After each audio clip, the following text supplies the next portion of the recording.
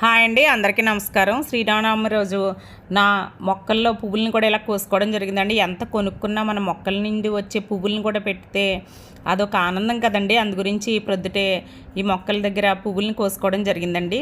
పిండి వంటలు అయితే ముందే చేసేసుకున్నాను. ప్రొద్దుటే లేచి 4 గంటలకే లేచండి ఇలాగా పులిహారకి అలాగే గార్లిక్ పిండి రుబ్బుకోవడం జరిగిందండి. పులిహార తాలింపులు వేసుకోవడానికి 1 కేజీ పులిహార చేశానండి.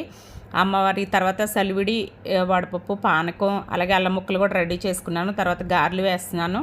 ఓ పక్కనేమో తాలింపు ఏగిపోతుందండి పులిహారలో కలపడానికి. తర్వాత అన్నీ కూడా ఇలా రెడీ అయిపోయినాయి. దేవుడి దగ్గర పెట్టుకోవడానికి అలాగే రాముల వారికి అష్టోత్తరం అలాగే సీతాదేవికి కుంకుమ పూజ చేసుకున్నానండి. బ్రాహ్మణులు కూడా పిలిచాను. అలాగే పోసమ్మ తల్లి గుడికి కొన్ని గారెలు అలాగే పులిహార కూడా అక్కడ పానకం సలివిడి కూడా అందరికీ భక్తులు పంచిపెట్టడానికి కొంత అక్కడ పంపించానండి. తర్వాత ఇలా పూజ చేసుకున్నాను. బ్రాహ్మణులు వచ్చారు. కొంతమంది ముత్తైదులకు కూడా తాంబూలం ఇచ్చుకున్నానండి. చాలా బాగా జరిగిందండి. అసలు శ్రీరామనవమి చాలా హ్యాపీగా అనిపించింది.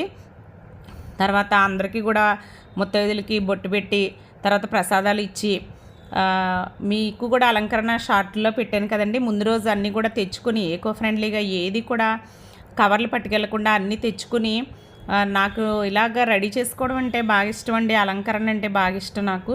ఇలా చేసుకుంటేనే భక్తి అని కాదండి. అసలు ఒక పువ్వు పెట్టుకుని ఒక పానకం పెట్టినా కూడా అది భక్తేనండి. భక్తి అనేది మనసులో ఉండాలంతే.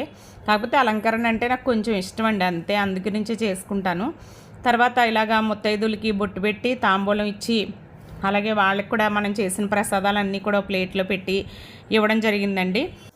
ఈ విధంగా బ్రాహ్మణులకు కూడా తాంబూలం ఇచ్చానండి. తర్వాత అందరికీ పానకం కూడా ఇవ్వడం జరిగింది. పానకం ఇచ్చిన తర్వాత నేను ప్లాస్టిక్ వ్యతిరేక ఉద్యమం తరపున ఒక చిన్న ఫ్లెక్స్ అంటే కాటన్ దాని మీద ప్లాస్టిక్ రహితంగా అన్నదానం చేయండి, పర్యావరణాన్ని ప్రజల ఆరోగ్యాన్ని కాపాడండి అని ఫ్లెక్స్ తయారు చేయించానండి. అది అన్నదానాల దగ్గర పెడదామని చేయించాను. అంటే మనం అన్నదానాల దగ్గర ఈకో ఫ్రెండ్లీగా చేయమని చెప్తున్నాం కదండి. అలాగే ఆర్థిక సహాయం కూడా అందించడం జరుగుతుంది, అందుకు పెట్టమని అన్నారండి. ఇలా ఈకో ఫ్రెండ్లీగా మా ఊర్లో 4,000 మందికి పెట్టారు. 1100 సిట్టింగు అలాగే బఫే కూడా పెట్టారండి. ఇక్కడ చూడండి, నేను ఒక్క మెతుకు కూడా లేకుండా తిన్నాను. బఫే కూడా చూడండి ఈకో ఫ్రెండ్లీ ప్లేట్ పెట్టారు. నాకు చాలా హ్యాపీగా అనిపించింది. ఈరోజు మా ఊర్లో రామాలయం దగ్గర పానకం కూడా మన గ్లాసులోనే సర్వ్ చేయడం జరిగిందండి. వీడియోలు నేను తీసుకోవడం అవ్వలేదు. ఈ విధంగా నాకు చాలా హ్యాపీగా అనిపించింది అన్నీ ఈకో ఫ్రెండ్లీగా జరగడం అనేది. తర్వాత ఇలాగ ఇక్కడ సాయంత్రం గోవిందనామాలు అవి చదువుకున్నామండి. చూడండి.